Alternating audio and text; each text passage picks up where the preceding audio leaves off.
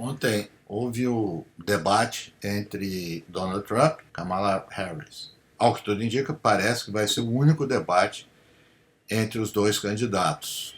Situação, como se sabe, inusitada nos Estados Unidos, onde o Biden, o atual presidente, era o candidato à reeleição, se retirou e entrou a vice. Bem, o que foi discutido no debate?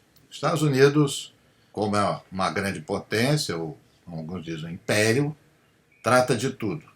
Obviamente das questões domésticas e, por vezes, as questões de política externa assumem maior proporção, como é o caso agora.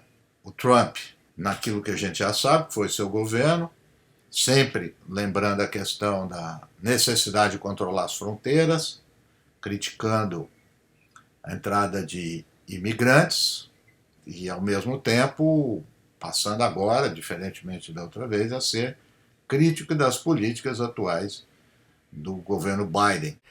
What they have done to our country by allowing these millions and millions of people to come into our country, and look at what's happening to the towns. They're eating the dogs, the people that came in. They're eating the cats. They're eating the pets of the people that live there. And this is what's happening in our country, and it's a shame.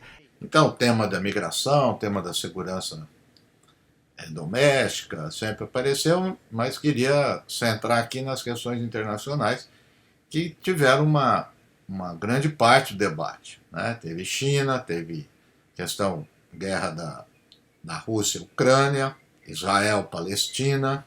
Então, sobre esses pontos, eu diria que, no geral, a crítica do Trump é que o Joe Biden, os democratas, perderam o respeito, perderam a autoridade. Então, quando o Kamala Harris o criticou por ser próximo de Putin e diz que Putin o respeita.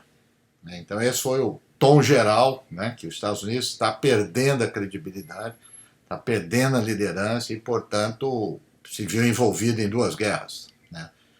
Como a gente não sabe, mas o Trump disse que evitaria as duas guerras. Né? A questão da China, né, que Joe Biden não enfrenta a China como deveria fazê-lo, e aqui ele apela, claro, para a ideia do American First, os Estados Unidos em primeiro lugar, a ideia da proteção, né, comercial, proteção tecnológica. E muitas frases de efeito, como a gente já sabe, dizendo que Kamala Harris for presidenta, Israel acaba em 2 anos. But when she mentions about Israel, all of a sudden, she hates Israel. She wouldn't even meet with Netanyahu when he went to Congress to make a very important speech. She hates Israel. If she's president, I believe that Israel will not exist within 2 years from now. And I've been pretty good at predictions, and I hope I'm wrong about that one. Do lado da Kamala, é uma situação também, de certa forma, desconfortável. Estou falando de certa forma porque ela está aí nas pesquisas disputando, praticamente empatado com Trump, e no debate ela foi para a ofensiva. Mas, no entanto, ela mostra aquilo, a política do Joe Biden, dos democratas em geral, do Joe Biden. Né? As contradições. Né? Política de imigração de Joe Biden não foi nada diferente da do Trump. A questão de dizer que vai enfrentar a China, bem, nada diferente. A questão da Ucrânia é a diferença. O Trump tem dito que não tem sentido o Zelensky vir aos Estados Unidos e levar o que ele quer de dinheiro. E ela, postura democrática, mantém a independência da Ucrânia, a liberdade na luta contra os ditadores. Então isso também foi um ponto, que o Trump é amigo dos ditadores. Nesse ponto eu chamaria atenção, muito interessante. O Trump, conservador, né, de extrema direita, sem entrar no mérito. Ele fez acordo de paz com a Coreia, fez um processo de extensão com a Rússia e fez acordo de paz com o Talibã. Então veja também uma mistura aqui entre os dois, que na verdade, por vezes, em política, por vezes não, quase sempre em política externa, uma ou outra questão, não há muita diferença. Né?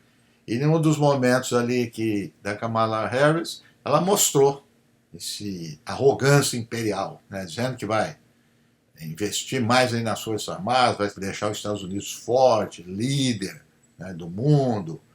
Por fim, o caso de Israel, como já foi dito aqui, ela mencionou os 2 estados, a ideia de que vai defender Israel. Israel tem o direito de defender e vai continuar mandando armas para Israel. É a retórica de sempre. Mas os palestinos têm direito a um Estado, que não se pode matar crianças, mulheres. Como a gente sabe, o atual governo, da qual ela é vice-presidente, continua mandando muita arma e muita munição para Israel. Enfim, o debate, para além de democratas e republicanos, ele mostra a face da sociedade americana, ou melhor, das elites que dominam a política nos Estados Unidos.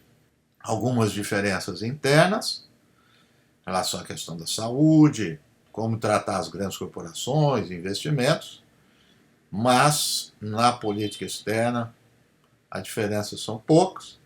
Eu diria a única grande, isso sim fará uma mudança se Trump por acaso vencer, vai ser a política em relação à Ucrânia. No restante, é o mesmo de sempre. Muita acusação, muita discussão, mas nada de relevante em termos de mudanças na política externa dos Estados Unidos.